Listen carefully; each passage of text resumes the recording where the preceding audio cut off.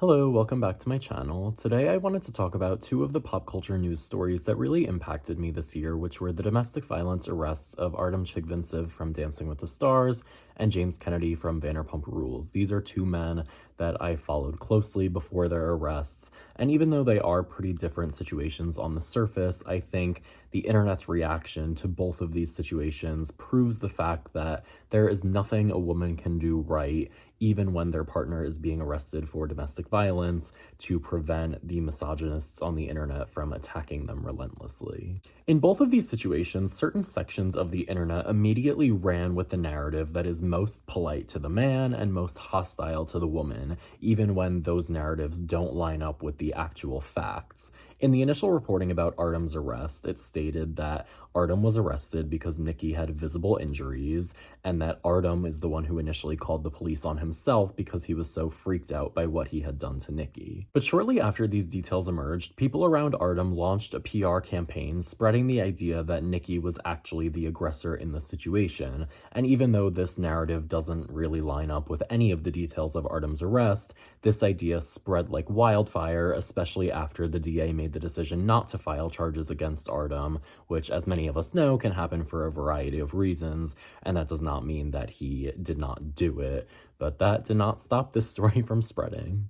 Nikki later stated that she made a conscious choice not to participate in this PR battle that Artem initiated because she wanted to protect their young child, and because she was looking out for their child and protecting their privacy, Artem took advantage and got the internet on his side. After James Kennedy's recent arrest, things followed a similar pattern. Allie was staying silent in the immediate aftermath until a TMZ article came out claiming that they were staying together, she was standing by her man, and that it was all a misunderstanding. Even though this did not come directly from Allie and she had still not made a statement herself, people ran with this, and there was a wave of misogynistic comments talking about how, of course, Allie is staying with him, she was only ever with him to be famous.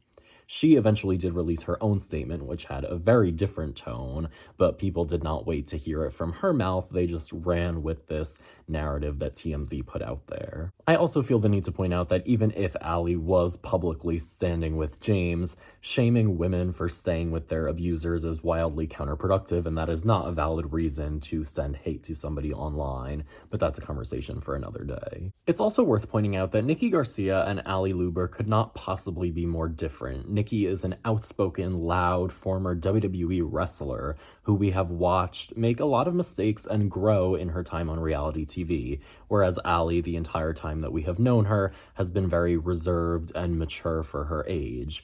But even with these differences, they are both villainized and doubted for their own reasons.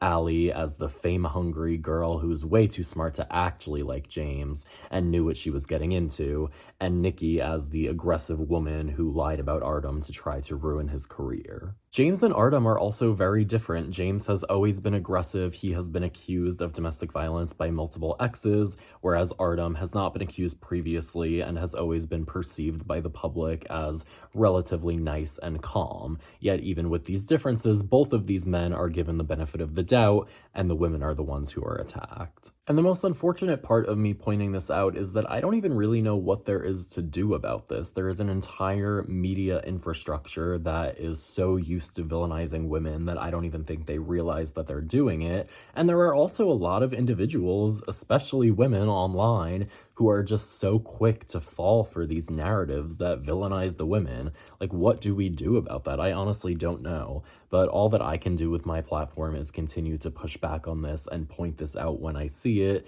and I hope that you all will do the same. And hopefully one day we can reach a point where we are reading articles about domestic violence or other kinds of abuse against women and not knowing that the top comments are going to be ones that are finding any reason to criticize the victim.